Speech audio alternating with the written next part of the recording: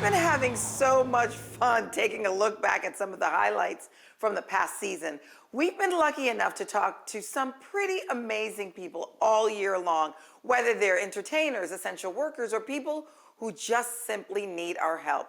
We are so grateful that they took the time to speak to us this season and share their stories. Roll it. We have Salt and Pepper guest co-hosting with us. Aren't we so Hey. happy? Okay. So excited. Let's jump right back in. February is here, and that means it's Black History Month. So we gotta celebrate, and we're gonna celebrate each Wednesday of this month. We'll be featuring an African American who is a leader and one of the pillars of society. These individuals are at the top of their game and dedicated to giving back culture in a positive push forward. So let's get ready. It's time to applaud the culture. Yes, come on, give me a graphic. Yes. Now, before we meet our first guest, let's find out a little bit more about them. Check this out. Meet 25-year-old Tiara Fletcher and her 29-year-old husband, Myron Fletcher. Together, they've conquered the world of aerospace engineering. And if that isn't exciting enough, they're currently working with NASA on preparing a rocket to launch in November 2021 to Mars. This space launch will be the most powerful launch since the 1960s. Oh, but it doesn't stop there. They also started a foundation called Rocket with the Fletchers, where they introduce underprivileged youth to the world of aerodynamics. Tiara and Myron, we applaud you for your impact on the culture. Yes, joining us now. She's a structural design engineer and he's a senior flight test engineer. Please welcome Tiara and Myron Fletcher. Hi, guys. Hi. What an honor it is to talk to you. Hi. Yes. Thank you for having Okay, us. let's just start right here. Tiara, you are 25 years old, and Myron, you're 29. You guys aren't even in your 30s yet, and you're both rocket scientists. How did you guys both get into this field? So at the age of 11, I wanted to be everything under STEM. So a mathematician, a scientist, an inventor, an architect. The list goes on. But I actually joined a program that taught about the fundamentals of aerospace engineering, and it put it all together for me. And then I was able to go to MIT and receive my degree in aerospace engineering. And for me, I grew up down the street from the Little Rock International Airport. And every day I would pass by and see these big planes take off. And I always asked my mom, how could something that big fly? And by the grace of God, I had a scholarship in the 5th grade to go to space camp in Huntsville, Alabama. And the first thing I saw was the Saturn V, which was the rocket that took humans to the moon. And I said, if humans are building that, I want to be a part of that project. And so I graduated from Tuskegee University with my aerospace engineering and physics degrees. And today I'm living out my dreams. I can't. Physics degrees, people. I'm Physics not doing degrees. enough out here, man. I love Dang. engineers. Can you guys break down what you do individually in the roles of your job? Of course. So I'm a structural design engineer. So that means that I verify the structural integrity of various components for the vehicle.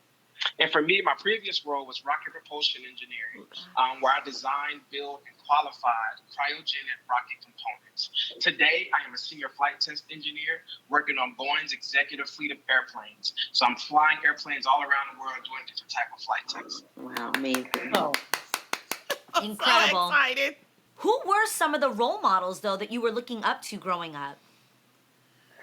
So from a very young age, from the time that I decided to become an aerospace engineer, my role model has been the Mae Jemison, Black female astronaut who can also dance. I have looked up to her. Just looking at her image, I can see myself and what I could become. And then fast forward to high school, I met a Black female VP at a top aerospace engineering company. And then, lo and behold, in my undergraduate career, I was able to meet the Mae Jemison in person and cry my heart out to her and give her a huge hug. So that exposure is just so key to success. That is for me, awesome. I went to school at George Washington Carver Elementary School. And so at a young age, I was taught about an African American who took the peanut and created over 400 inventions. And so I knew that we had greatness in us at a very young age, but I didn't know which path I wanted to go through. Thankfully, I had a brother who's 7 years older than I am, who was an engineer. And he reached back to me and said, hey, Myron, you should be an aerospace engineer. And so thankfully to him and those who've gone before us, I was able to really navigate and become an aerospace engineer. Amazing. Absolutely. And since we're speaking about other Incredible. people in your field that look like you, do you think it's a rare thing? I know you had mentioned that earlier. How rare is it to find an African American face in the world of space technology? If I'm honest, finding one of us in aerospace engineering, especially dealing with rockets, it's like being a unicorn. Matter of fact, I am the only African American engineer on my program as a flight test engineer. She's the only African American engineer as well, / female in the program as well. And so we really rely on each other. We really become each other's backbones, each other's support system. It's just by the grace of God that we happen to be married. But it's you don't see us often. You're more likely to see a unicorn. And thank We God carry we each have other you through guys. thick and Both. 2 unicorns. I know. I just love this. I love you too. Okay, how do you think your work is helping to push the culture forward? So we created an organization called Rocket with the Fletchers, as you can see here. And through this organization, we're able to perform outreach activities through speaking engagements, teaching, mentorship, you name it, across the entire globe. And we've even been able to teach for programs for my alma mater, MIT. Wow. And it's been a fantastic success because also I have a book coming out called Wonder Woman of Science. It comes out March 23rd, where you can learn about groundbreaking female scientists up to date. That Each is one I'd phenomenal. love to know more.